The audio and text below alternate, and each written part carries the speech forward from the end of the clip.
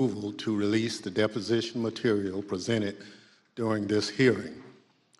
Good afternoon. In our hearings over the previous weeks, the Select Committee has laid out the details of a multi-part pressure campaign driven by the former president aimed at overturning the results of the 2020 presidential election and blocking the transfer of power. We've shown that this effort was based on a lie that the election was stolen, tainted by widespread fraud, Donald Trump's big lie. In the weeks ahead, the committee will hold additional hearings about how Donald Trump summoned a mob of his supporters to Washington, spurred them to march on the Capitol, and failed to take meaningful action to quell the violence as it was unfolding on January 6th. However, in recent days, the Select Committee has obtained new information dealing with what was going on in the White House on January 6th and in the days prior. Specific detailed information about what the former president and his top aides were doing and saying in those critical hours. First-hand details of what transpired in the office of the White House Chief of Staff, just steps from the Oval Office as the threats of violence became clear, and indeed, violence ultimately descended on the Capitol in the attack on American democracy. It's important that the American people hear that information immediately. That's why, in consultation with the Vice Chair, I've recalled the committee for today's hearing. As you've seen and heard in our earlier hearings, the Select Committee has developed a massive body of evidence thanks to the many hundreds of witnesses who have voluntarily provided information relevant to our investigation. It hasn't always been easy to get that information because the same people who drove the former president's pressure campaign to overturn the election are now trying to cover up the truth about January 6th. But thanks to the courage of certain individuals, the truth won't be buried. The American people won't be left in the dark. Our witness today, Ms. Cassie Hutchinson, has embodied that courage.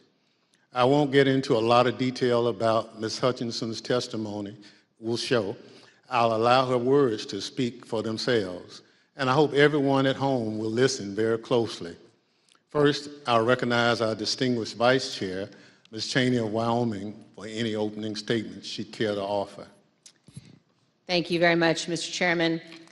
In our first 5 hearings, the committee has heard from a significant number of Republicans, including former Trump administration Justice Department officials, Trump campaign officials, several members of President Trump's White House staff, a prominent conservative judge, and several others. Today's witness, Ms. Cassidy Hutchinson, is another Republican and another former member of President Trump's White House staff. Certain of us in the House of Representatives recall that Ms. Hutchinson once worked for House Republican Whip Steve Scalise, but she is also a familiar face on Capitol Hill because she held a prominent role in the White House Legislative Affairs Office and later was the principal aide to President Trump's Chief of Staff, Mark Meadows. Ms. Hutchinson has spent considerable time up here on Capitol Hill representing the Trump administration, and we welcome her back. Up until now, our hearings have each been organized to address specific elements of President Trump's plan to overturn the 2020 election. Today, we are departing somewhat from that model because Ms. Hutchinson's testimony touches on several important and cross-cutting topics that are relevant to each of our future hearings. In her role working for the White House Chief of Staff, Ms. Hutchinson handled a vast number of sensitive issues. She worked in the West Wing, several steps down the hall from the Oval Office. Ms. Hutchinson spoke daily with members of Congress, with high-ranking officials in the administration, with senior White House staff, including Mr. Meadows, with White House counsel, lawyers, and with Mr. Tony Ornato, who served as the White House Deputy Chief of Staff. She also worked on a daily basis with members of the Secret Service who were posted in the White House. In short, Ms. Hutchinson was in a position to know a great deal about the happenings in the Trump White House. Ms. Hutchinson has already sat for 4 videotaped interviews with committee investigators, and we thank her very much for her cooperation and for her courage. We will cover certain, but not all, relevant topics within Ms. Hutchinson's knowledge today. Again, our future hearings will supply greater detail, putting the testimony today in a broader and more complete context.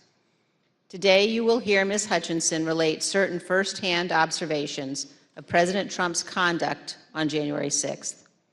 You will also hear new information regarding the actions and statements of Mr. Trump's senior advisors that day, including his Chief of Staff, Mark Meadows, and his White House counsel.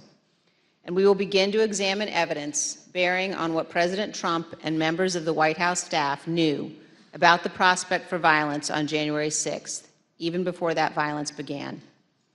To best communicate the information the committee has gathered, we will follow the practice of our recent hearings, playing videotape testimony from Ms. Hutchinson and others, and also posing questions to Ms. Hutchinson live. Mr. Chairman, I yield back. Thank you very much. Our witness today is Ms. Cassie Hutchinson, who served in the Trump administration in the White House Office of Legislative Affairs from 2019 to 2020, and as a special assistant to the President in the White House Chief of Staff's office from March 2020 through January 2021. I will now swear in our witness. The witness will please stand and raise her right hand. Do you swear or affirm under penalty of perjury that the testimony you're about to give is the truth, the whole truth, and nothing but the truth, so help you God? Thank you. You may be seated. Let the record reflect the witness answered in the affirmative. I now recognize myself for questions. Ms. Hutchinson, I'd like to start with a few questions about your background. These are some photographs we've obtained highlighting your career.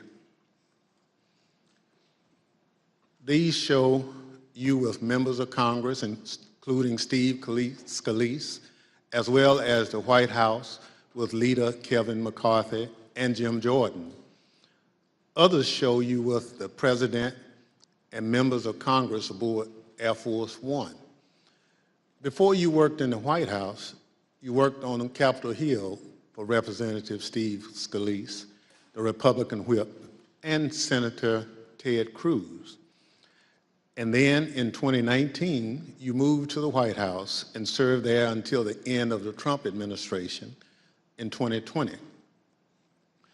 When you started at the White House, you served in the Office of Legislative Affairs. We understand that you were initially hired as a staff assistant, but were soon promoted to a position of greater responsibility. Can you explain your role for the committee? When I moved over to the White House Chief of Staff's office with Mr. Meadows when he became the 4th Chief of Staff, it's difficult to describe a typical day. I was a special assistant to the President and an advisor to the Chief of Staff. The days depended on what the President was doing that day, and that's kind of how my portfolio was reflected. I had a lot of outreach with members of Congress, senior cabinet officials. I would work on policy issues with relevant internal components and members on the Hill, as well as security protocol at the White House complex for Mr. Meadows and the President. And then you received another promotion in March 2020. At that time, you became the principal aide to the new White House Chief of Staff, Mark Meadows. Is that right? That's correct, sir. What did a typical day look like for you in your work with Mr. Meadows? It varied with what was going on. We spent a lot of time on the Hill. I spent time on the Hill independently too, as I was his liaison for Capitol Hill. We did a lot of presidential travel engagements, but mostly I was there to serve what the Chief of Staff needed, and a lot of times what the Chief of Staff needed was a reflection of what the President's schedule is detailed to do that day. So is it fair to say that you spoke regularly in your position, both with members of Congress and with senior members of the Trump administration? That's correct. That's a fair assessment, sir. And would you say that in your work with Mr. Meadows, you are typically in contact with him and others in the White House throughout the day? That's correct, sir. Mr. Meadows and I were in contact almost pretty much throughout every day, consistently. Although so much of grave importance happens in the West Wing of the White House, it's quite a small building. Above me on the screen, you can see a map of the first floor of the West Wing of the White House. On the right, you can see the President's Oval Office. On the left, the Chief of Staff's office suite. Within the Chief of Staff's office suite is the heart of the West Wing, was your desk, which was between the Vice President's office, Ms. Kirshner's office, and the Oval Office. Ms. Hutchinson, is this an accurate depiction of where you were located? It's accurate. It's a lot smaller than it looks. Absolutely. Ms. Hutchinson, this is a photo that shows the short distance between your office and the President's Oval Office. And it only takes 5 to 10 seconds or so to walk down the hall from your office to the Oval Office. Is that right? That's correct. Thank you. Pursuant to the Section 5C8 of House Resolution 503, the chair recognizes the gentlewoman from Wyoming, Ms. Cheney, for questions. Thank you very much, Mr. Chairman. Mr. Chairman, we will begin today with an exchange that first provided Ms. Hutchinson a tangible sense of the ongoing planning for the events of January 6th. On January 2nd, 4 days before the attack on our Capitol, President Trump's lead lawyer, Mr. Giuliani, was meeting with White House Chief of Staff Mark Meadows and others. Ms. Hutchinson, do you remember Mr. Giuliani meeting with Mr. Meadows on January 2nd, 2021? I do. He met with Mr. Meadows in the evening of January 2nd, 2021. And we understand that you walked Mr. Giuliani out of the White House that night, and he talked to you about January 6th. What do you remember him saying? As Mr. Giuliani and I were walking to his vehicles that evening, he looked at me and said something to the effect of, "Cass, are you excited for the 6th? It's going to be a great day." I remember looking at him saying, "Rudy, could you explain what's happening on the 6th? He had responded something to the effect of, "We're going to the Capitol. It's going to be great. The president's going to be there. He's going to look powerful. He's going to be with the members. He's going to be with the senators. Talk to the chief about it. Talk to the chief about it. He knows about it." And did you go back then up to the West Wing and tell Mr. Meadows about your conversation with Mr. Giuliani? I did. After Mr. Giuliani had left the campus that evening, I went back up to our office and I found Mr. Meadows in his office on the couch. He was scrolling through his phone. I remember leaning against the doorway and saying, "I just had an interesting conversation with Rudy, Mark. Sounds like we're going to go to the Capitol." He didn't look up from his phone and said something to the effect of, "There's a lot going on, Cass, but I don't know. Things might get real bad on January 6th. Ms. Hutchinson, Mr. Meadows is engaged in litigation with the committee to try to avoid testifying here. What was your reaction when he said to you things might get real bad? In the days before January 2nd, I was apprehensive about the 6th. I had heard general plans for a rally. I had heard tentative movements to potentially go to the Capitol. But when hearing Rudy's take on January 6th and then Mark's response, that evening was the first moment that I remember feeling scared and nervous for what could happen on January 6th. And I had a deeper concern for what was happening with the planning aspects of it. Thank you, Ms. Hutchinson. Today, we're going to be focusing primarily on the events of January 5th and 6th at the White House. But to begin and to frame the discussion, I want to talk about a conversation that you had with Mr. John Ratcliffe, the Director of National Intelligence. And you had this conversation in December of 2020. Mr. Ratcliffe was nominated by President Trump to oversee U.S. intelligence, our U.S. intelligence community. And before his appointment, Mr. Ratcliffe was a Republican member of Congress. As you will see on this clip, Director Ratcliffe's comments in December of 2020 were prescient. My understanding was Director Ratcliffe didn't want much to do with the post-election period. Director Ratcliffe felt that it wasn't something that the White House should be pursuing.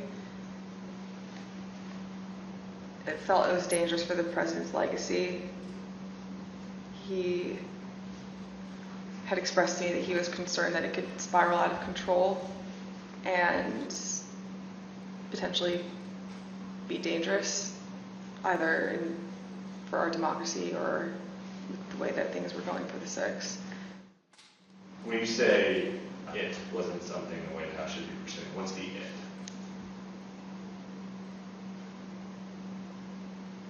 Trying to fight the results of the election, finding missing ballots, pressuring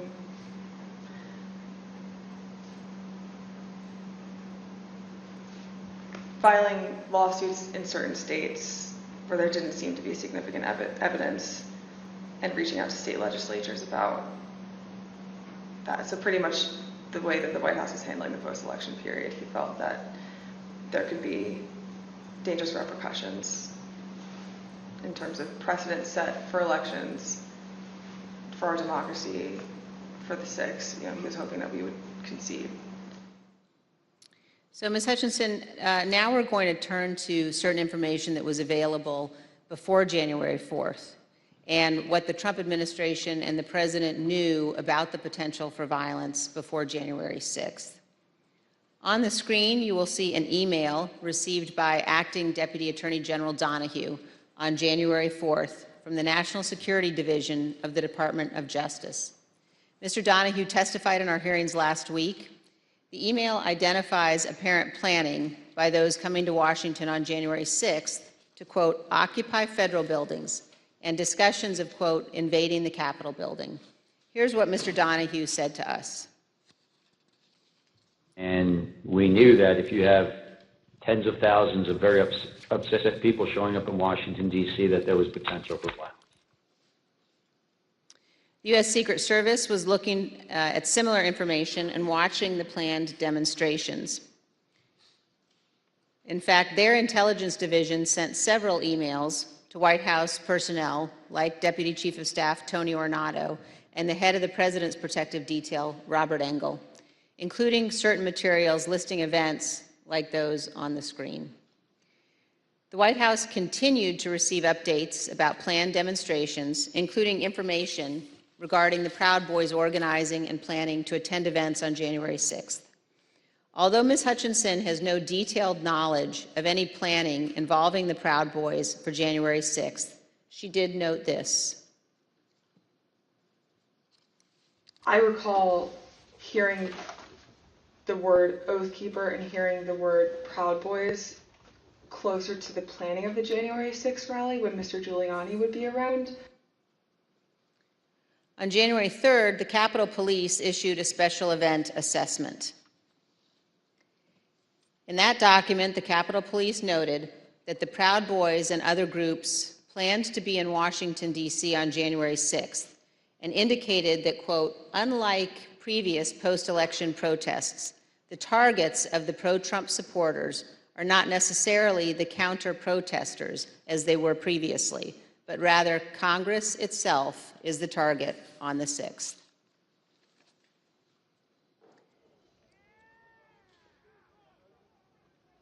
Of course, we all know now that the Proud Boys showed up on January 6th, marched from the Washington Monument to the Capitol that day, and led the riotous mob to invade and occupy our Capitol. Ms. Hutchinson, I want to play you a clip of one of our meetings when you described a call on January 4th that you received from National Security Advisor Robert O'Brien on the same topic, potential violence on January 6th. I received a call from Robert O'Brien, the National Security Advisor. he had asked if he could speak with Mr. Meadows about potential words of violence that he was hearing that were potentially going to happen on the Hill on January 6th. I had asked if he had connected with Tony Ornato because Tony Ornato had a conversation with Mark about that topic. Robert had said, I'll talk to Tony, and then I don't know if Robert ever connected with Mark about the issue. Ms. Hutchinson, can you describe for us Mr. Ornato's responsibilities as Deputy Chief of Staff? The Deputy Chief of Staff position at the White House for operations is arguably one of the most important positions that somebody can hold. They're in charge of all security protocol for the campus and all presidential protectees, primarily the president and the first family, but anything that requires security for any individual that has presidential protection, so the Chief of Staff or the National Security Advisor, as well as the Vice President's team too. Tony would oversee all of that, and he was the conduit for security protocol between White House staff and the United States Secret Service. Thank you. And you also described a brief meeting between Mr. Ornato and Mr. Meadows on the potential for violence. The meeting was on January 4th. They were talking about the potential for violence on January 6th. Let's listen to a clip of that testimony. I remember Mr. Ornato had talked to him about intelligence reports. I remember Mr. Ornato coming in and saying that we had intel reports saying that there could potentially be violence on the 6th. You also told us about reports of violence and weapons that the Secret Service were receiving on the night of January 5th and throughout the day on January 6th. Is that correct? That's correct. There are reports that police in Washington, D.C. had arrested several people with firearms or ammunition following a separate pro-Trump rally in Freedom Plaza on the evening of January 5th. Are those some of the reports that you recall hearing about? They are. Of course, the world now knows that the people who attacked the Capitol on January 6th had many different types of weapons. When a president speaks, the Secret Service typically requires those attending to pass through metal detectors, known as magnetometers, or MAGs for short. The Select Committee has learned that people who willingly entered the enclosed area for President Trump's speech were screened so they could attend the rally at the Ellipse.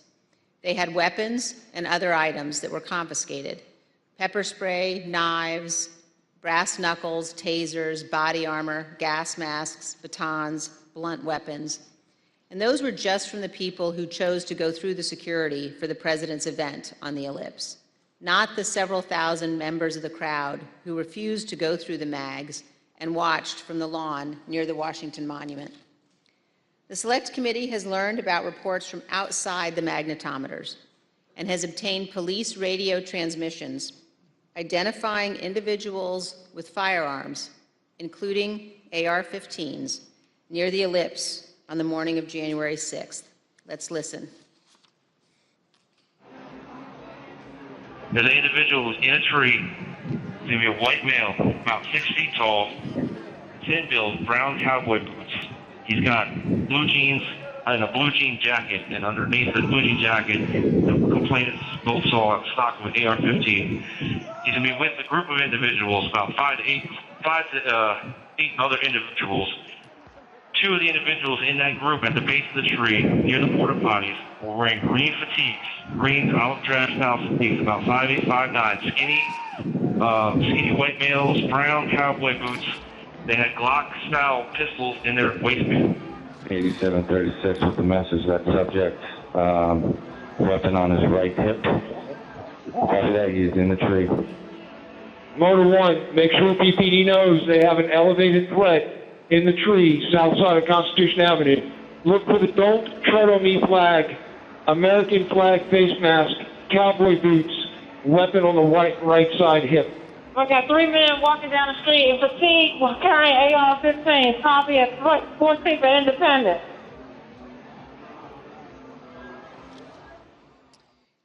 AR-15s at 14th and Independence. As you saw in those emails, the first report that we showed, we now know was sent in the 8 o'clock hour on January 6th. This talked about people in the crowd wearing ballistic helmets and body armor, carrying radio equipment and military-grade backpacks. The second report we showed you on the screen was sent by the Secret Service in the 11 a.m. hour, and it addressed reports of a man with a rifle near the Ellipse. Ms. Hutchinson, in prior testimony, you described for us a meeting in the White House around 10 a.m. in the morning of January 6th, involving Chief of Staff Meadows and Tony Ornato. Were you in that meeting? I was. Let's listen to your testimony about that meeting, and then we'll have some questions. I think the last time we talked, you mentioned that some of the weapons that people had at the rally included flagpoles, oversized sticks or flagpoles, bear spray. Is there anything else that you recall hearing about that the people who had gathered on the Ellipse had? I recall Tony and I having a conversation with Mark probably around 10 a.m., 10:15 a.m., where I remember Tony mentioning knives, guns in the form of pistols and rifles, bear spray, body armor, spears, and flagpoles. Spears were one item, flagpoles were one item, and then Tony had relayed to me something to the effect of, and these effing people are fastening spears onto the ends of flagpoles. Ms. Hutchinson, here's a clip of your testimony regarding Mr. Meadows' response to learning that the rally attendees were armed that day. What was Mark's reaction, Mr. Meadows' reaction to this list of weapons that people had in the crowd? When Tony and I went in to talk to Mark that morning, Mark was sitting on his couch and on his phone, which was something typical. And I remember Tony just got right into it. I was like, sorry, I just want to let you know, and had informed him, like, this is how many people we have outside the mags right now. These are the weapons that we're known to have. It's possible he listed more weapons off that I just don't recall. And gave him a brief but and concise explanation, but also fairly thorough. And I remember distinctly Mark not looking up from his phone. And I remember Tony finishing his explanation and it taking a few seconds for Mark to say something, to the point where I almost said, Mark, did you hear him?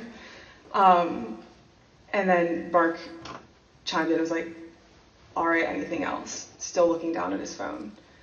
And Tony looked at me and I looked at Tony and Tony said, no, sir, do you have any questions? He's like, what are you hearing? And I looked at Tony and I was like, sir, he just told you about what was happening down at the rallies. And he was like, yeah, I know. And then he looked up and said, have you talked to the president? And Tony said, yes, sir, he's aware too. And he said, all right, good. He asked Tony if Tony had informed the president. Yes. And Tony said, yes, he had. So, Ms. Hutchinson, is it your understanding that Mr. Ornato told the president about weapons at the rally on the morning of January 6th? That's what Mr. Ornato relayed to me.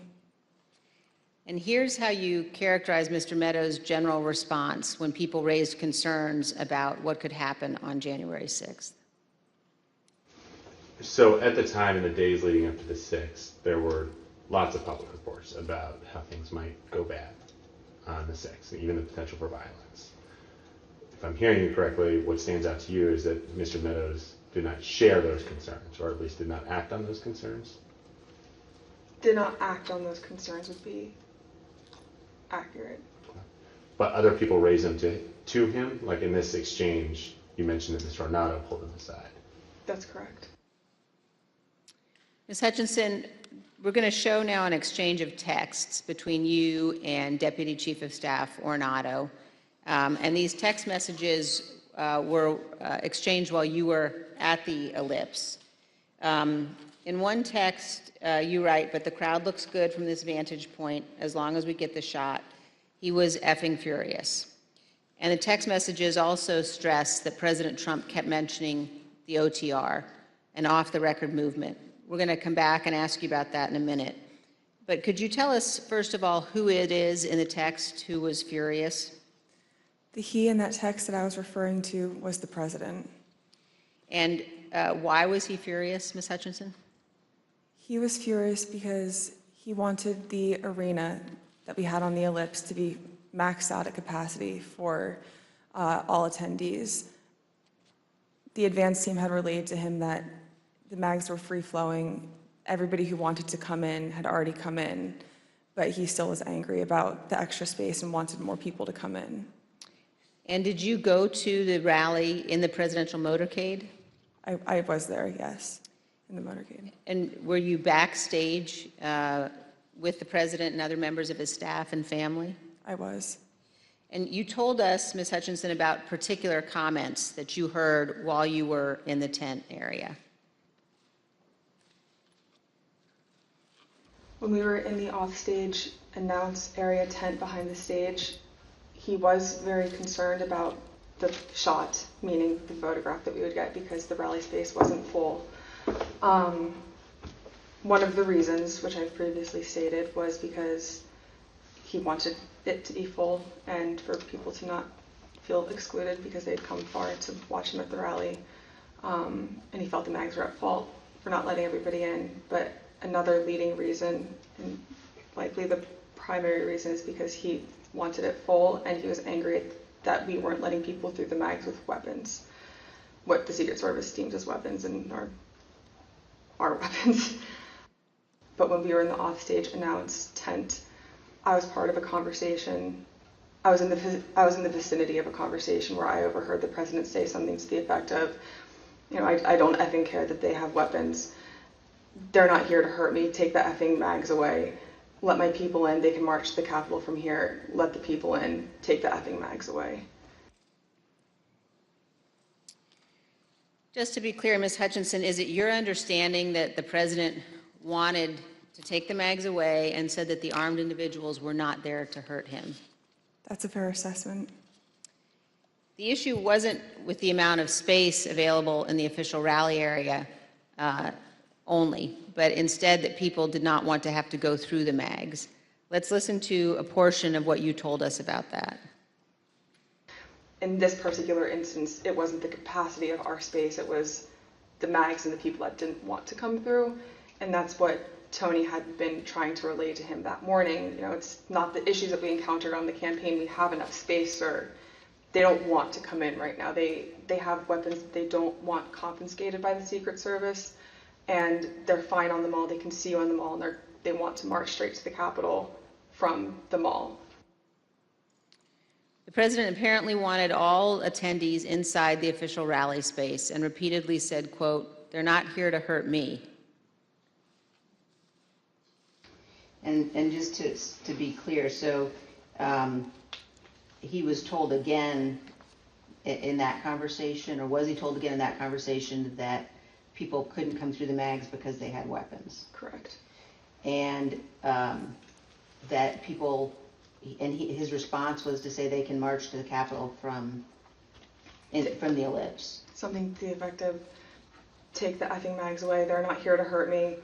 Let them in. Let my people in.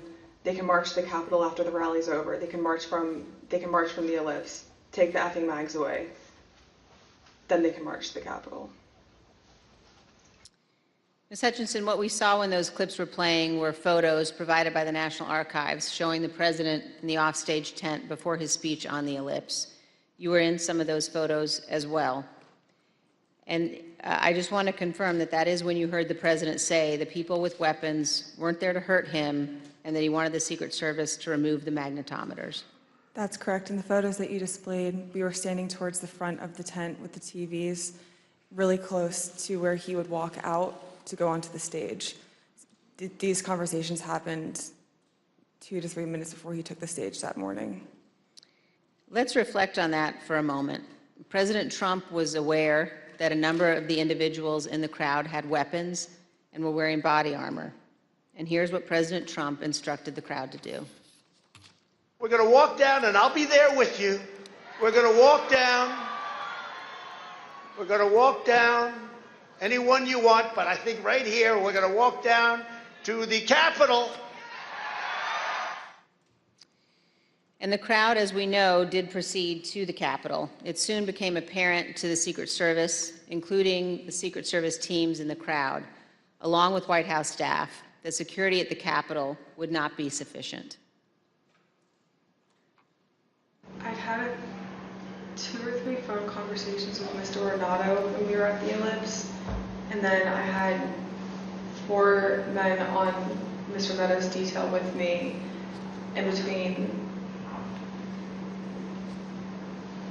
those individuals and then a few other bodies on the ground, just the Secret Service doing advance. They were getting notifications through their radios, and Mr. Ornato in one phone conversation had called me and said, make sure the chief knows that they're getting closer to the Capitol. It's, they're having trouble stacking bodies. And Ms. Hutchinson, when you said they were having trouble stacking bodies, did you mean that law enforcement at the Capitol needed more people to defend the Capitol from the rioters? It was becoming clear to us and to the Secret Service that Capitol Police officers were getting overrun at the security barricades outside of the Capitol building, and they were short people to defend the building against the rioters. And you mentioned that Mr. Ornato was conveying this to you because he wanted you to tell Mr. Meadows. So did you tell Mr. Meadows that people were getting closer to the Capitol and that Capitol Police was having difficulty? After I had the conversation with Mr. Meadows, after I had the conversation with Mr. Ornato, I went to have the discussion with Mr. Meadows. He was in a secure vehicle at the time making a call. So when I had gone over to the car, I went to open the door to let him know, and he had immediately shut it. I don't know who he was speaking with. It wasn't something that he regularly did, especially when I would go over to give him information. So I was a bit taken aback, but I didn't think much of it, and thinking that I would be able to have the conversation with him a few moments later.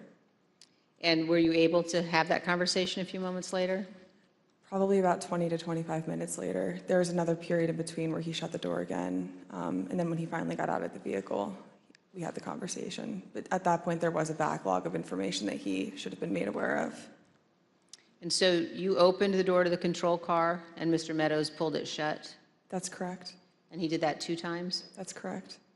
And when you finally were able to give Mr. Meadows the information about the violence at the Capitol, what was his reaction?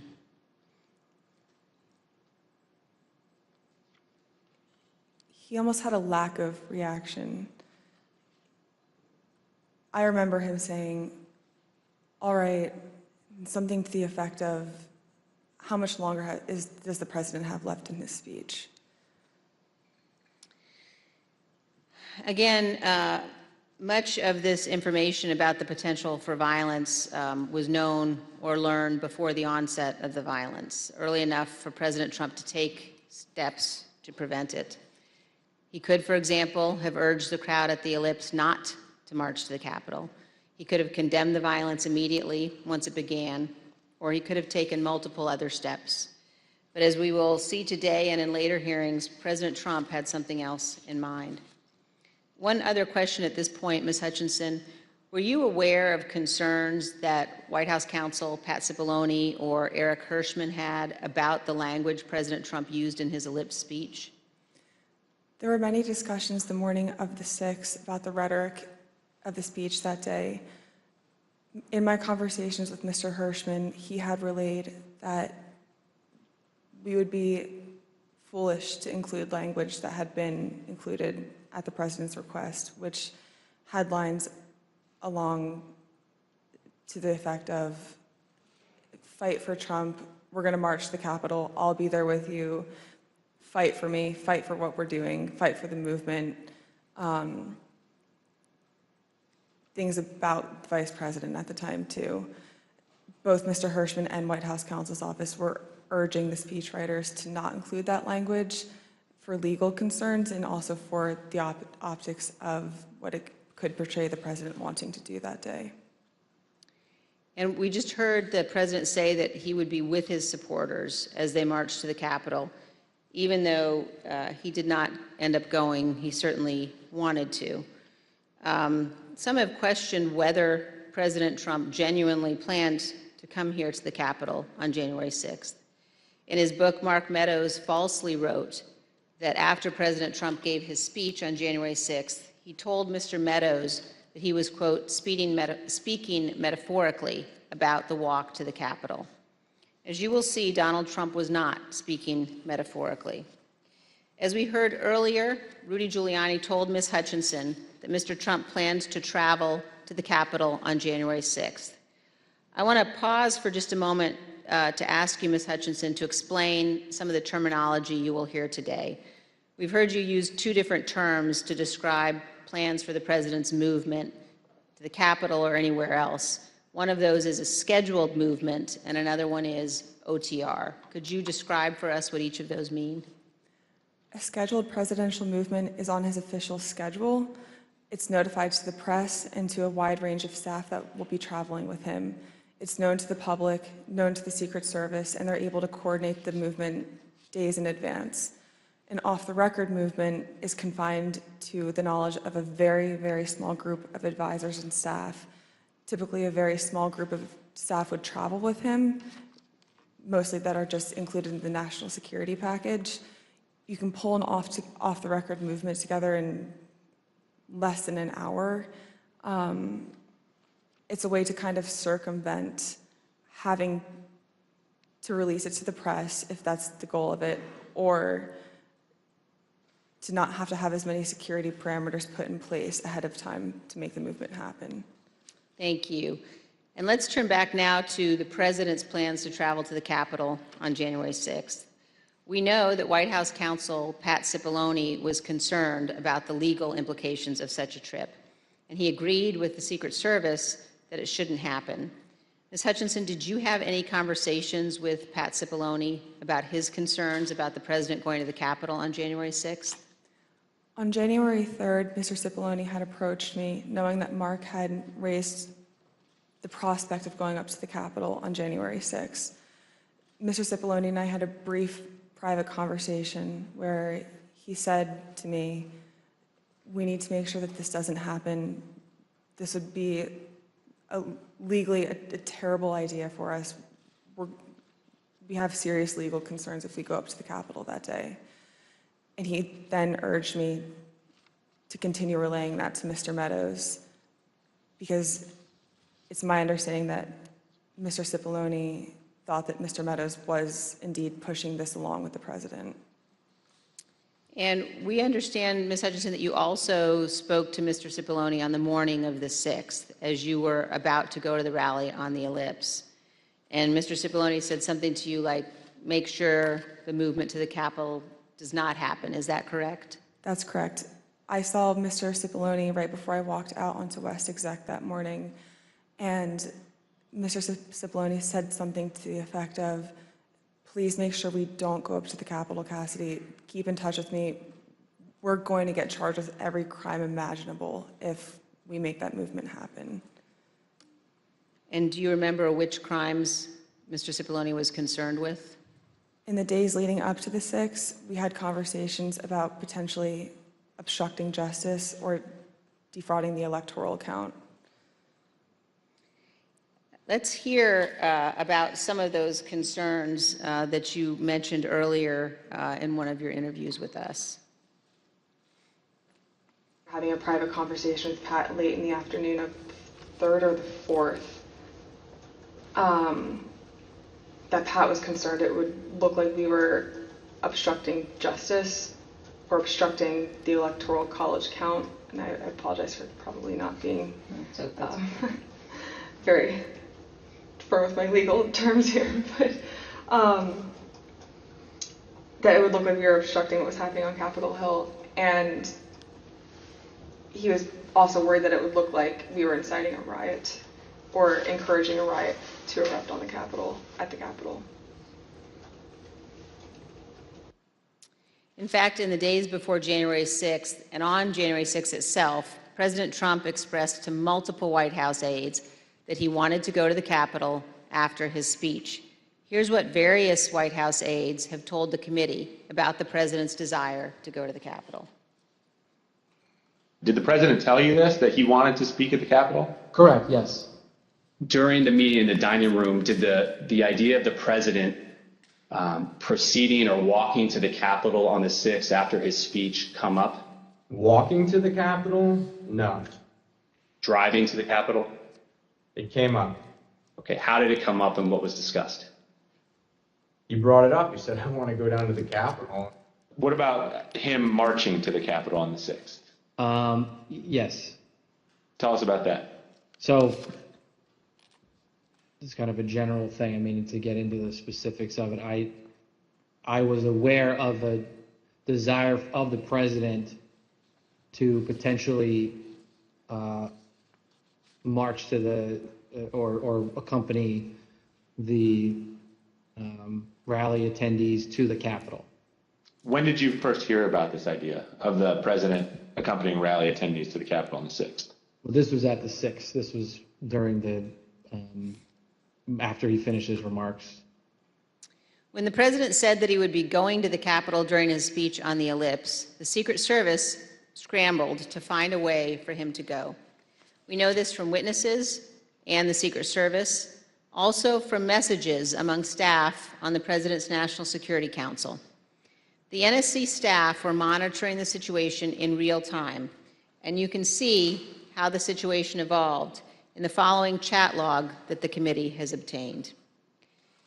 As you can see, NSC staff believed that Mogul, the president, was, quote, going to the Capitol, and, quote, they are finding the best route now. From these chats, we also know the staff learned of the attack on the Capitol in real time. When President Trump left the Ellipse stage at 1:10, the staff knew that rioters invaded the inaugural stage and Capitol Police were calling for all available officers to respond. When Republican leader Kevin McCarthy heard the president say he was going to the Capitol, he called you, Ms. Hutchinson. Isn't that right? That's correct. And in this text message, you told Tony Ornato, quote, McCarthy just called me too. And do you guys think you're coming to my office? Tell us about the call that day with Leader McCarthy during the president's speech on the Ellipse. I was still in the tent behind the stage, and when you're behind the stage, you can't really hear what's going on in front of you. So when Mr. McCarthy called me with this information, I answered the call and he sounded rushed, but also frustrated and angry at me. And I was confused because I didn't know what the president had just said. He then explained, the president just said he's marching to the Capitol. You told me this whole week you aren't coming up here. Why would you lie to me? I said, I'm not lying. I wasn't lying to you, sir. We're not going to the Capitol. And he said, well, he just said it on stage, Cassidy. Figure it out. Don't come up here. I said, I'll run the traps on this and I'll shoot you a text. I can assure you we're not coming up to the Capitol. We've already made that decision.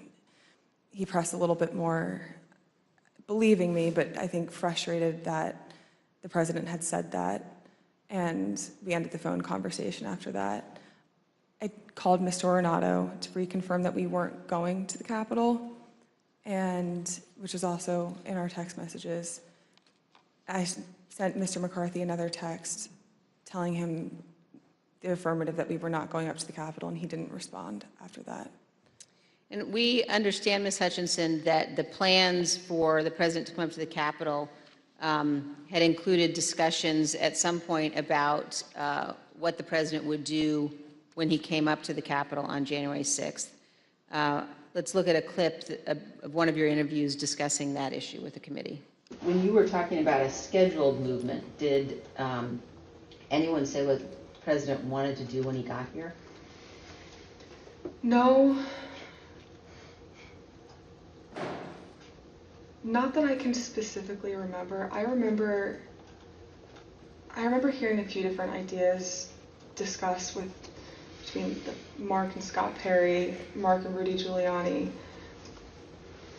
I don't know which conversations were elevated to the president. I don't know what he personally wanted to do when he went up to the Capitol that day. I know that there were discussions about him having another speech outside of the Capitol before going in. I know that there was a conversation about him going into the House chamber at one point.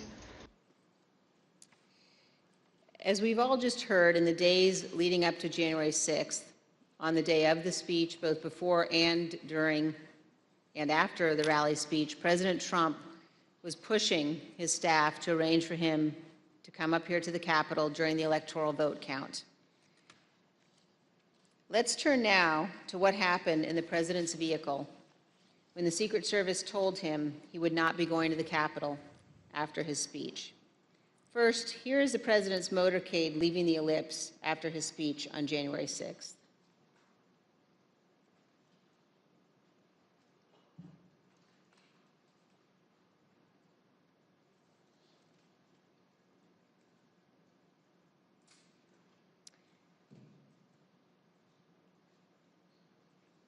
Ms. Hutchinson, when you returned to the White House in the motorcade after the president's speech, where did you go?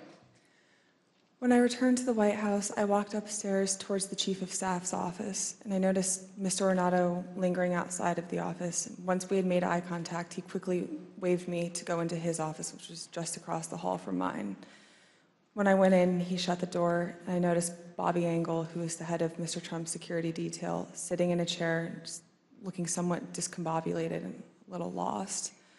I looked at Tony, and he had said, "Did you effing hear what happened in the Beast?"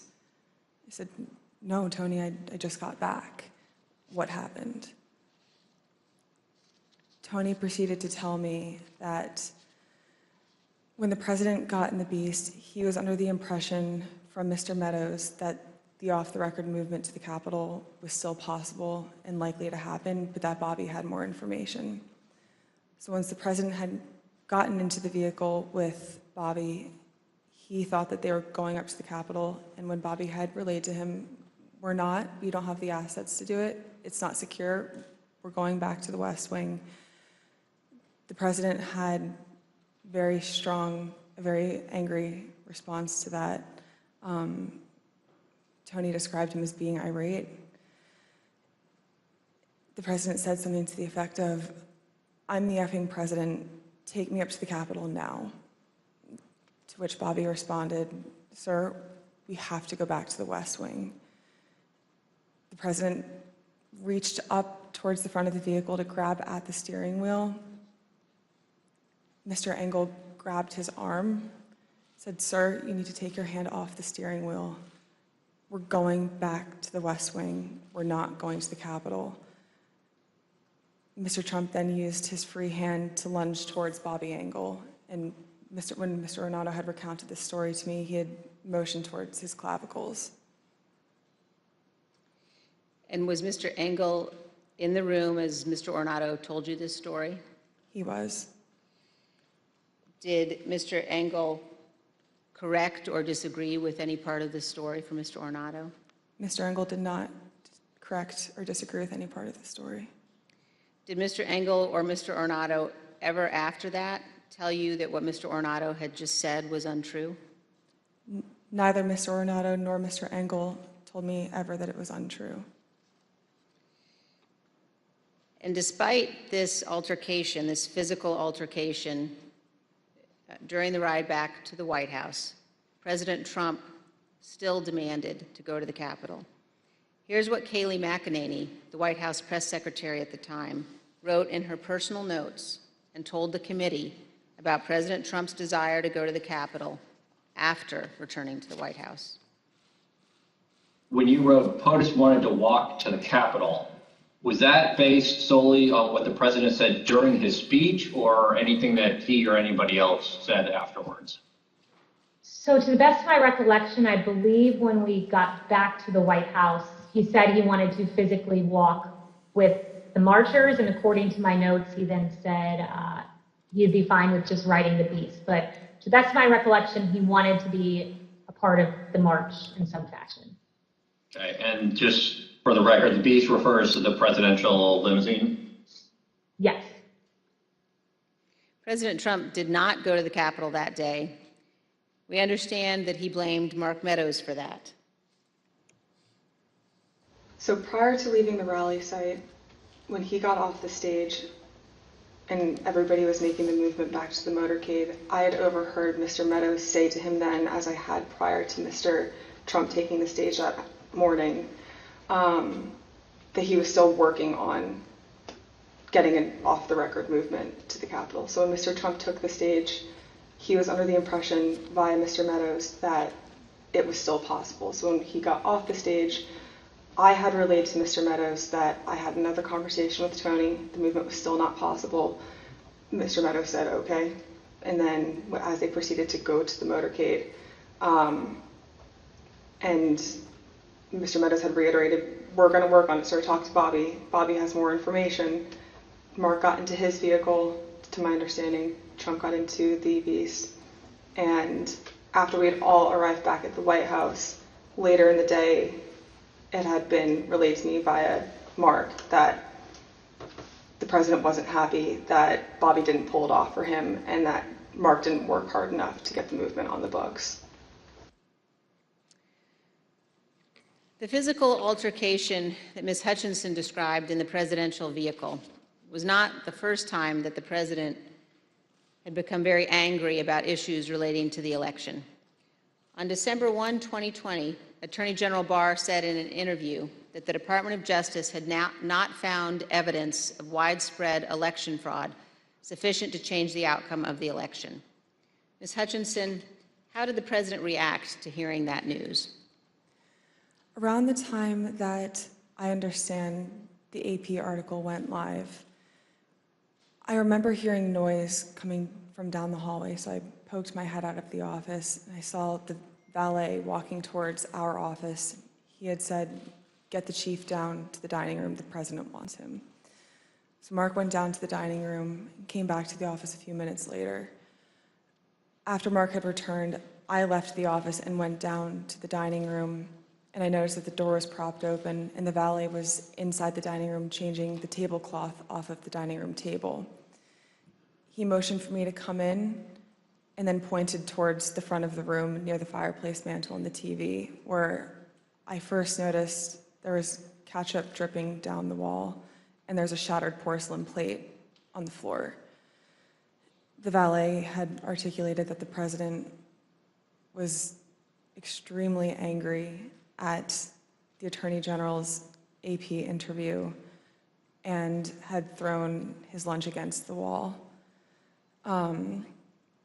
which was causing them to have to clean up. So I grabbed a towel and started wiping the ketchup off of the wall to help the valet out. And he said something to the effect of, he's really ticked off about this.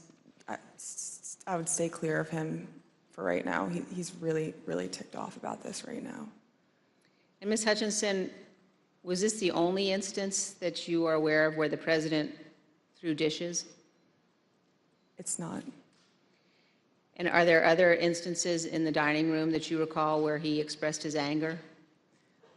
There were several times throughout my tenure with the Chief of Staff that I was aware of him either throwing dishes or flipping the tablecloth to let all the contents of the table go onto the floor and likely break or go everywhere.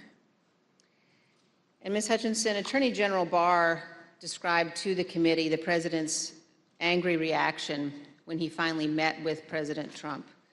Let's listen.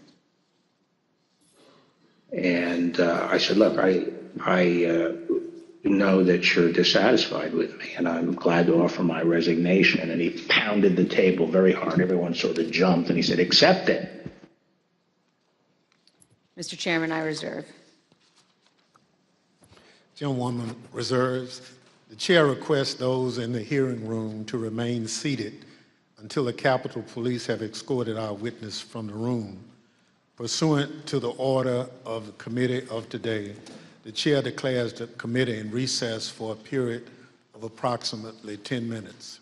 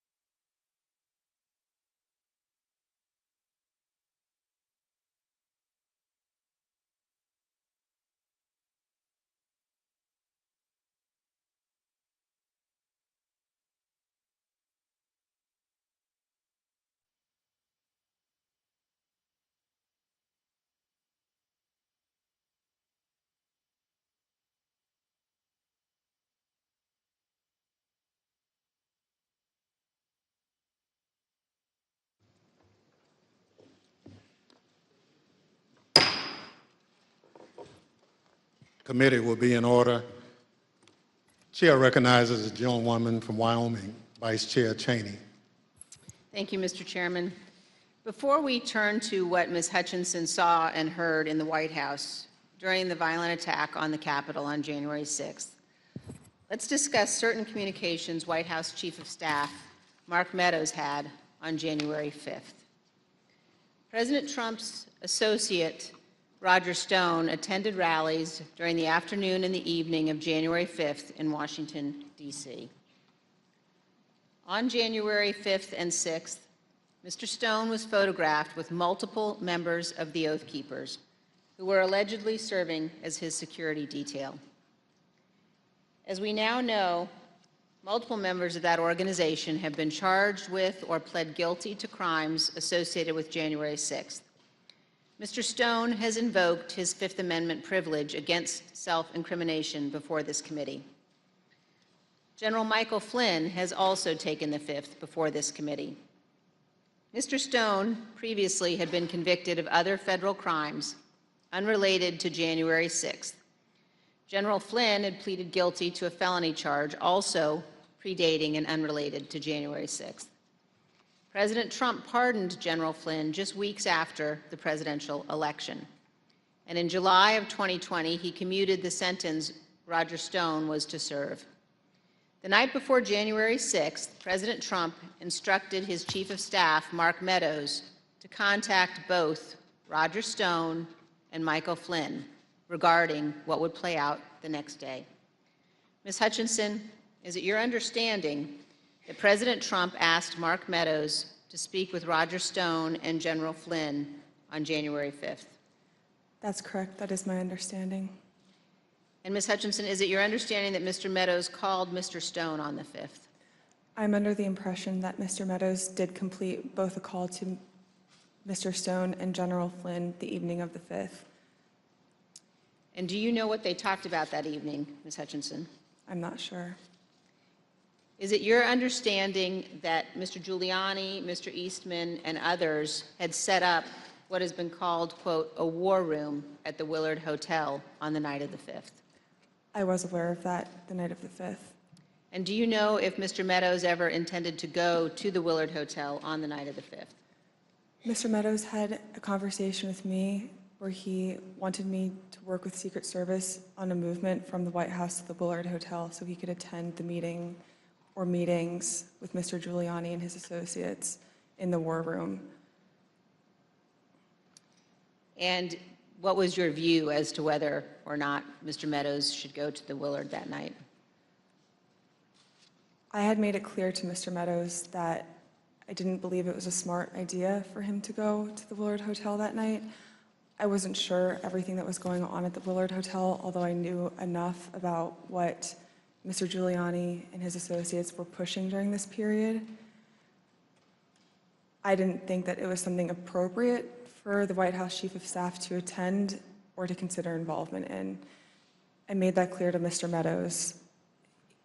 Throughout the afternoon, he mentioned a few more times going up to the Willard Hotel that evening, and then eventually dropped the subject the night of the 5th and said that he would dial in instead.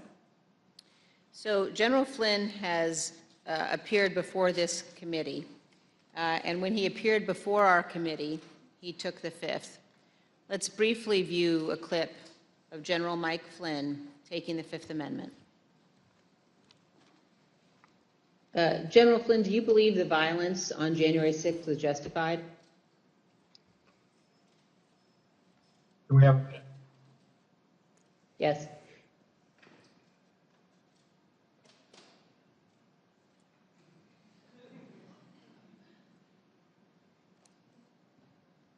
All right, we're back. Congressman Cheney, could you repeat the question, please? Yes. General Flynn, do you believe the violence on January 6th was justified? Is that, can I get a clarification? Is that a moral question or are you asking a legal question? I'm asking both.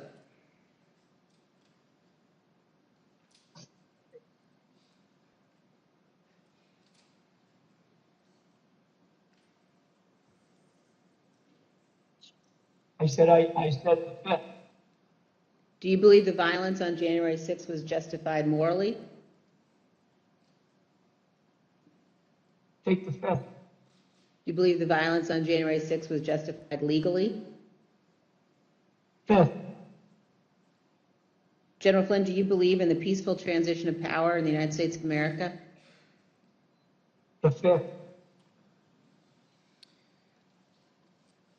Let's move on now to January 6th and the conduct of Donald Trump and Mark Meadows during the attack on the Capitol. Ms. Hutchinson, I'd like now for us to listen to a description, your description of what transpired in the West Wing during the attack. For context, in this clip, you described the time frame starting at about 2 p.m. So I remember Mark being alone in his office for quite some time, and I know we've spoken about Ben Williamson going in at one point, and I don't personally remember Ben going in. I don't doubt that he had gone in, but I remember him being alone in his office for most of the afternoon, around 2 o'clock to 2:05. Around 2 o'clock to 2:05, we were watching the TV, and I could see that the rioters were getting closer and closer to the Capitol. Mark still hadn't popped out of his office or said anything about it. So that's when I went into his office. I saw that he was sitting on his couch, on his cell phone. Same as the morning where he was just kind of scrolling and typing. I said, "Hey, are you watching the TV, Chief?" Because his TV was small, and you can see it, but I didn't know if he was really paying attention. I said, "Are you watching the TV, Chief?" And he was like, "Yeah." I said, "The rioters are getting really close. Have you talked to the president?" He said, "No, he wants to be alone right now." Still looking at his phone. So I start to get frustrated because, I sort of felt like I was watching this is not a great comparison, but a bad car accident that was about to happen where you can't stop it, but you want to be able to do something. And I remember thinking in that moment, Mark needs to snap out of this, and I don't know how to snap him out of this, but he needs to care. And I just remember I blurted out, I said, "Mark, do you know where Jim's at right now?" And he looked up at me at that point and said, "Jim?" And I said, "Mark, he was on the floor a little while ago giving a floor speech. Did you listen?" He said, "Yeah, it was real good. Did you like it?" And I said, "Yeah. Do you know where he's at right now?" He said, "Well, no, I haven't heard from him." And I said, "You might want to check in with him, Mark." And I remember pointing at the TV and I said, "The rioters are getting close. They might get in." And he looked at me and said something to the effect of, "All right, I'll give him a call." Not long after the rioters broke into the Capitol, you described what happened with White House counsel Pat Cipollone. No more than a minute and a half later, I see Pat Cipollone barreling down the hallway towards our office and rushed right in, looked at me, said, "Is Mark in his office?" And I said, "Yes." He just looked at me and started shaking his head and went over, opened Mark's office door, stood there with the door propped open, and said something to Mark is still sitting on his phone. I remember glancing and he's still sitting on his phone. And I remember Pat saying to him something to the effect of, "The rioters have gotten to the Capitol, Mark. We need to go down and see the president now." And Mark looked up at him and said, "He doesn't want to do anything, Pat." And Pat said something to the effect of, and very clearly had said this to Mark, something to the effect of, "Mark, something needs to be done or people are going to die and the blood's going to be on your effing hands. This is getting out of control. I'm going down there." And at that point, Mark stood up from his couch, both of his phones in his hand. He had his glasses on still. He walked out with Pat. He put both of his phones on my desk and said, "Let me know if Jim calls." And they walked out and went down to the dining room. A few minutes later, Representative Jordan called back. A couple minutes later, so likely around between 2:15 and 2:25. I know the tweet went out at 2:24. I don't remember if I was there when the tweet went out or if it happened right afterwards, but Jim had called. I answered the phone, said 1 second. He knew it was, I guess he knew it was me. I introduced myself, but I don't remember if he called my cell phone or if he had called one of Mark's. But I answered the phone and said, 1 sec, Mark's on the hall, I'm gonna go hand the phone to him. He said, okay. So I went down, I asked the valet if Mark was in the dining room. The valet said yes. I opened the door to the dining room, briefly stepped in to get Mark's attention, showed him the phone, like flipped the phone his way so he could see it said Jim Jordan. He had stepped to where I was standing there holding the door open, took the phone talking to Jim with the door still propped open. So I took a few steps back. So I probably was 2 feet from Mark. He was standing in the doorway going to the Oval Office dining room.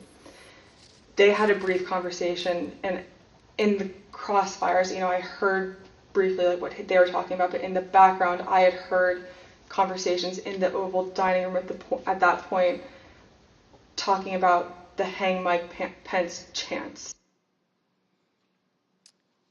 That clip ended, Ms. Hutchinson, with you recalling that you heard the President, Mr. Meadows, and the White House counsel discussing the Hang Mike Pence chants. And then you described for us what happened next. It wasn't until Mark hung up the phone, handed it back to me. I went back to my desk.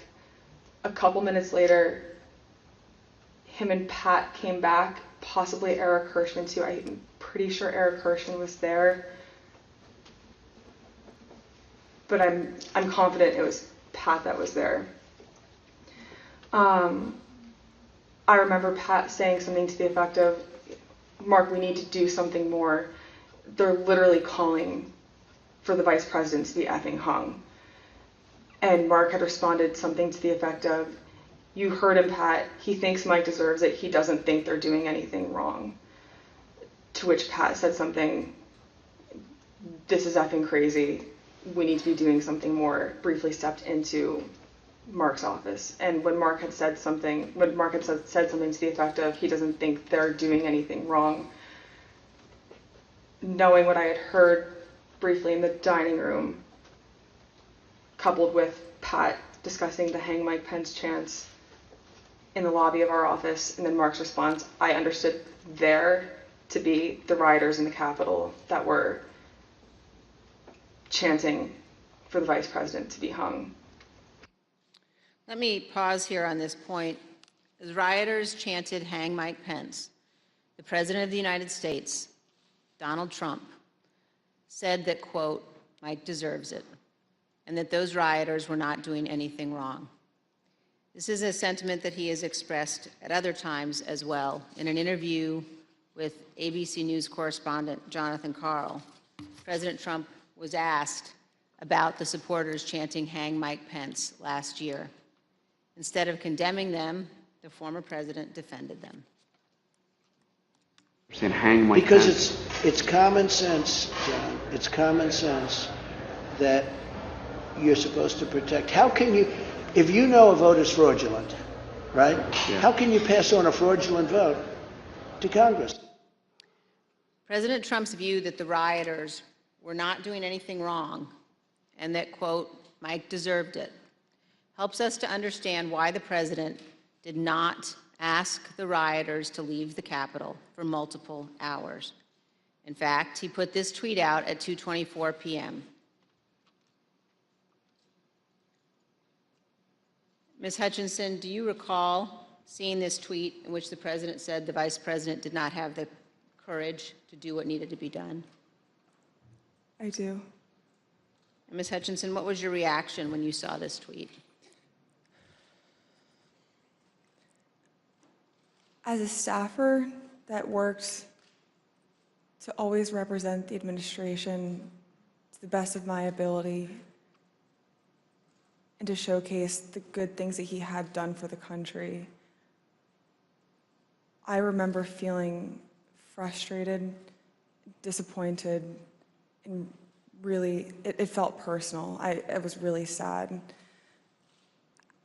As an American, I was disgusted. It was unpatriotic. It was un-American. We were watching the Capitol building get defaced over a lie. And it was something that was really hard in that moment to digest, knowing what I had been hearing down the hall in the conversations that were happening, seeing that tweet come up and knowing what was happening on the Hill. And it's something that I still struggle to work through the emotions of that.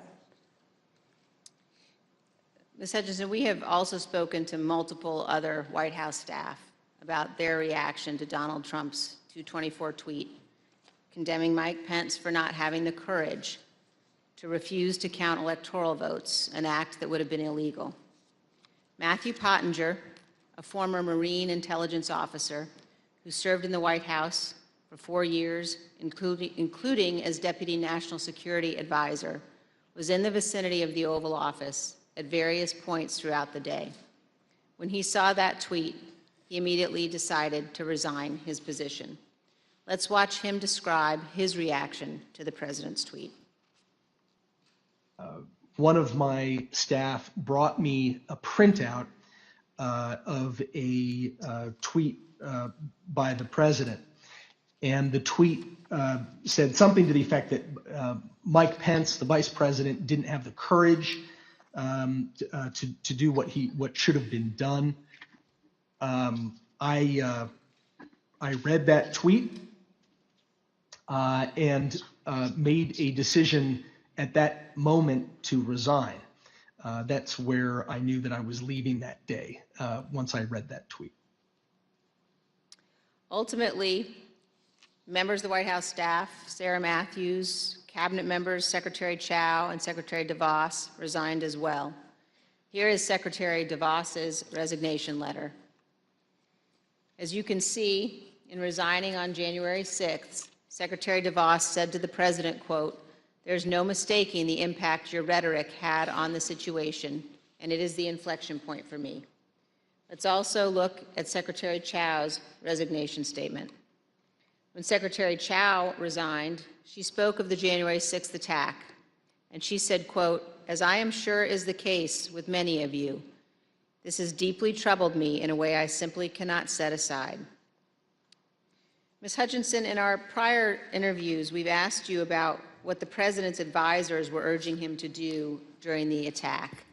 You've described roughly 3 different camps of thought inside the White House that day. Can you tell us about those?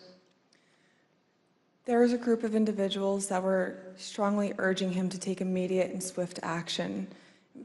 I would classify the White House counsel's office, Mr. Hirschman, Ms. Ivanka Trump, in that category of really working to get him to take action and pleading with him to take action.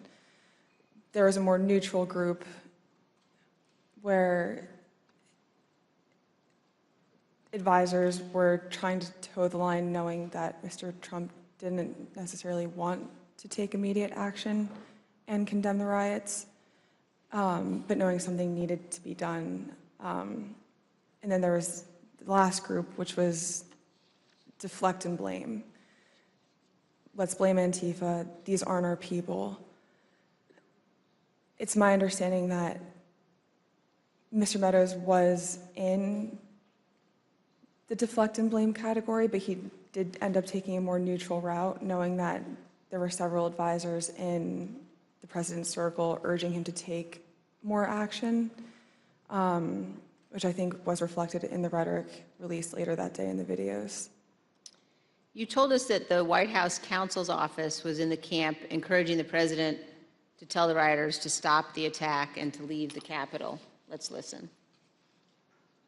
White House counsel's office wanted there to be a strong statement out to condemn the rioters. I'm confident in that. Now let's look at just one example of what some senior advisors to the president were urging. Ms. Hutchinson, could you look at the exhibit that we're showing on the screen now? Have you seen this note before? That's a note that I wrote at the direction of the Chief of Staff on January 6th, likely around 3 o'clock. And it's written on a Chief of Staff note card, but that's your handwriting, Ms. Hutchinson? That's my handwriting. And why did you write this note? The Chief of Staff was in a meeting with Eric Hirschman and potentially Mr. Philbin, and they had rushed out of the office fairly quickly. Mark had handed me the note card with one of his pens and started dictating a statement for the president to potentially put out. And, no, I'm sorry, go ahead. That's okay. There were two phrases on there, one illegal and then one without proper authority. The illegal phrase was the one that Mr. Meadows had dictated to me. Mr. Hirschman had chimed in and said, also put without legal authority. There should have been a slash between the two phrases. It was an or if the president had opted to put one of those statements out. Evidently he didn't. Later that afternoon, Mark came back from the Oval Dining Room and put the palm card on my desk with illegally crossed out, but said we didn't need to take further action on that statement. So, to your knowledge, this statement was never issued? It was, to my knowledge, it was never issued. And Ms. Hutchinson, did you understand that Ivanka Trump wanted her father to send people home? That's my understanding, yes. Let's play a clip of you addressing that issue. I remember her saying at various points, you know, she wanted her dad to send them home. She wanted her dad to tell them to go home peacefully, and she wanted to include language that he necessarily wasn't on board with at the time. You will hear more about this at our later hearings, but we have evidence of many others imploring Donald Trump and Mark Meadows to take action. Here is some of that evidence, text messages sent to Mark Meadows during the attack. This is a text message at 2:32 from Laura Ingram. Hey, Mark, the president needs to tell people in the Capitol to go home. In the next message, this is hurting all of us. And then he's destroying his legacy and playing into every stereotype. We lose all credibility against the BLM Antifa crowd if things go south. The president's son, Don Jr., also urgently contacted Mark Meadows. At 2:53, he wrote, he's got to condemn this shit ASAP. The Capitol Police tweet is not enough. As you will see, these are just two of the numerous examples of Trump supporters and allies urging the president to tell his supporters to leave the Capitol. It would not have been hard for the president to simply walk down to the briefing room a few feet down the hall from the Oval Office. As Nora O'Donnell noted during an interview with House Republican leader Kevin McCarthy, where Leader McCarthy said he believed the attack was un-American. I want to quickly bring in Kevin McCarthy, the House Minority Leader. Leader McCarthy, do you condemn this violence? I completely condemn the violence in the Capitol. What we're currently watching unfold is un-American. I am disappointed. I'm sad. This is not what our country should look like. This is not who we are. This is not the First Amendment. This has to stop, and this has to stop now. Leader McCarthy, the President of the United States has a briefing room steps from the Oval Office. The cameras are hot 24/7, as you know. Why hasn't he walked down and said that now? I conveyed to the president what I think is best to do, and I'm hopeful the president will do it. Republican House member Mike Gallagher also implored the president to call off the attack. Mr. President, you have got to stop this. You are the only person who can call this off. Call it off. The election is over. Call it off. This is bigger than you. It's bigger than any member of Congress. It is about the United States of America, which is more important than any politician. Call it off. It's over. Despite the fact that many people close to Donald Trump were urging him to send people home, he did not do so until later, much later. At 4:17 p.m., Donald Trump finally told the rioters to go home and that he loved them. Here's a portion of the video President Trump recorded from the White House. We have to have peace. So go home. We love you. You're very special. You've seen what happens. You see the way others are treated that are so bad and so evil. I know how you feel. But go home and go home in peace. But as we will show in even greater detail in future hearings, Donald Trump was reluctant to put this message out, and he still could not bring himself to condemn the attack. Ms. Hutchinson has told us that too. The one that he put out at 4:17. I'm sure you've discussed it, and just to elaborate if I hadn't already at that point, I recall him being reluctant to film the video on the 6th. I was not involved in any of the logistics or the planning for that video. I just remember seeing the video go out and feeling a little shocked after it went out. On the evening of January 6th and the day after, the president's family and his senior staff and others tried to encourage the president to condemn the violence and commit to the peaceful transition of power. At 3:31 p.m. on January 6th, Sean Hannity of Fox News texted Mark Meadows. Mr. Hannity said, quote, "Can he make a statement? I saw the tweet. Ask people to leave the Capitol." Later that evening, Mr. Hannity sent another text message to Mark Meadows. This time, he shared a link to a tweet. That tweet reported that President Trump's cabinet secretaries were considering invoking the 25th Amendment to remove President Trump from office. As you can see on the screen, the 25th Amendment to the Constitution creates a process for the transition of power if a president is unfit or unable to serve. The 25th Amendment has never been used to remove a president. But the committee has learned that after the attack on the U.S. Capitol, this was being discussed by members of President Trump's cabinet as a way of stripping the full power of the presidency from Donald Trump. President Trump's supporters were worried. In addition to the tweet that he sent Mark Meadows after the attack, Sean Hannity apparently spoke with President Trump and warned him about what could happen. We understand that this text message that Sean Hannity sent to Kayleigh McEnany on January 7th shows what Mr. Hannity said to the president. First, no more stolen election talk.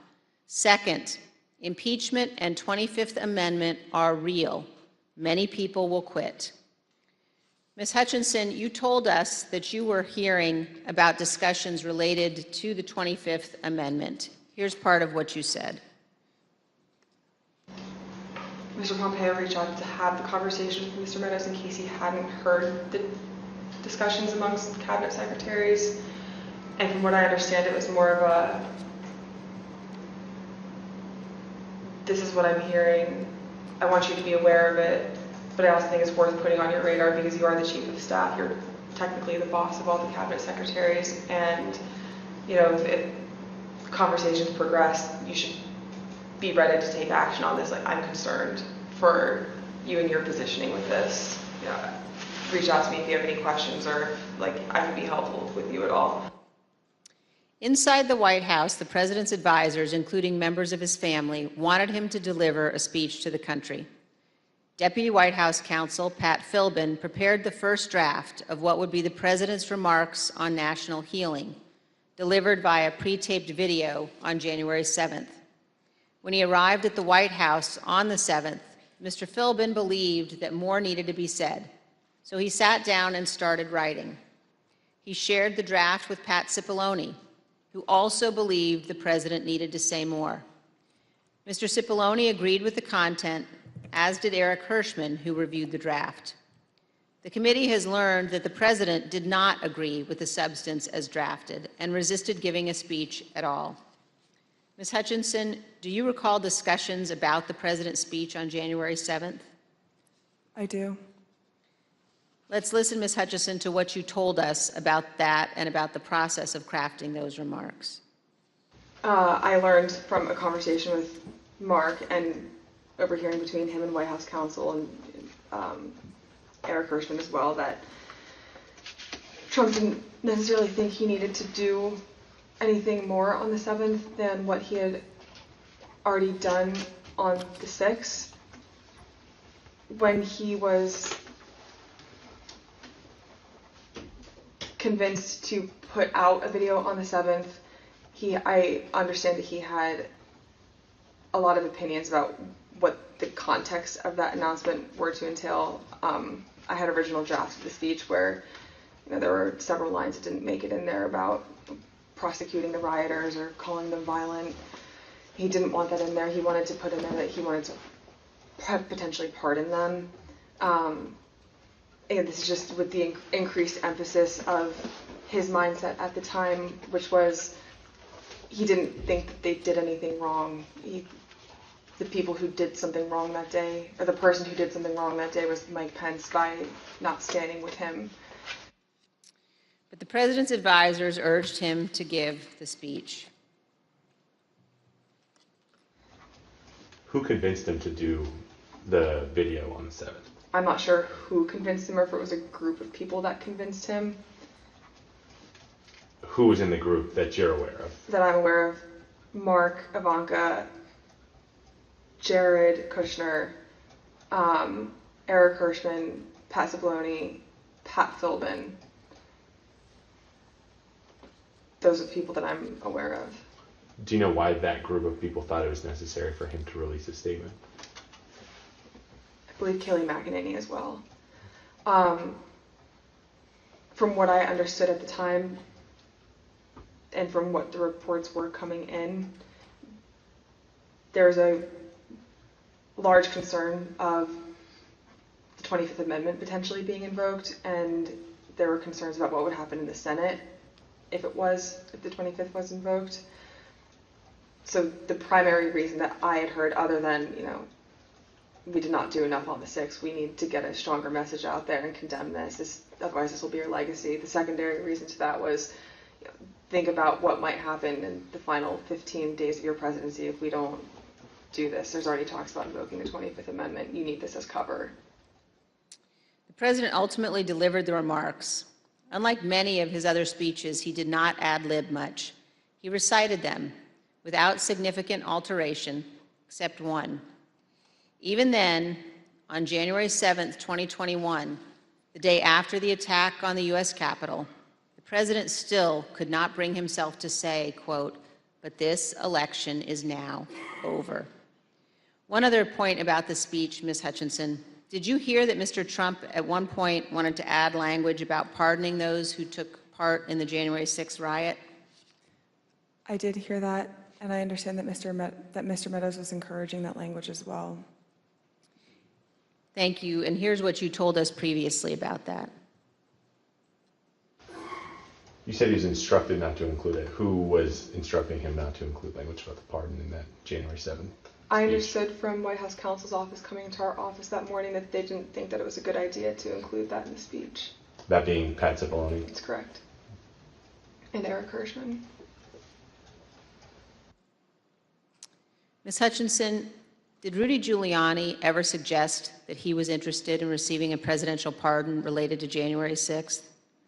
He did. Ms. Hutchinson, did White House Chief of Staff Mark Meadows ever indicate that he was interested in receiving a presidential pardon related to January 6th?